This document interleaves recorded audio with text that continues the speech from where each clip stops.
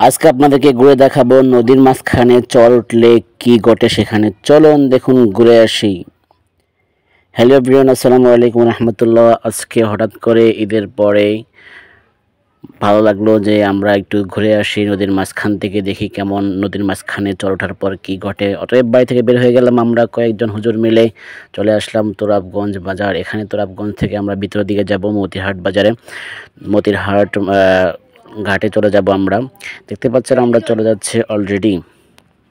তো অবশেষে আমরা চলে যাচ্ছি সেই মতিহাট নদীর পার। সবাই দেখতে থাকুন, উপভোগ করতে থাকুন, কেমন লাগছে অবশ্যই জানাবেন। দেখুন এখানে হচ্ছে বিদ্যালয়ের ছবিটা দেখালাম আপনাদেরকে হালকা করে।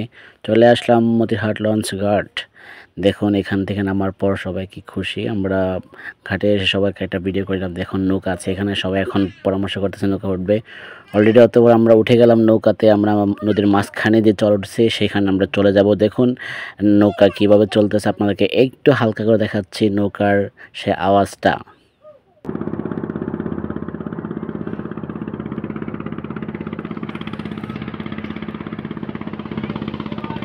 প্রিয় বন্ধুগণ, অবশেষে আমরা চলে আসলাম সেই নদীর মাঝখানে যে চর উঠেছে। দেখুন কি সুন্দর অপূর্ব দৃশ্য। নদীর চতুর্পাশে নদী আর মাঝখানে হচ্ছে চর। মাঝখানে দেখুন এখানে কোনো নদী নেই, মাঝখানে চর উঠেছে। এখানে সবাই দেখুন।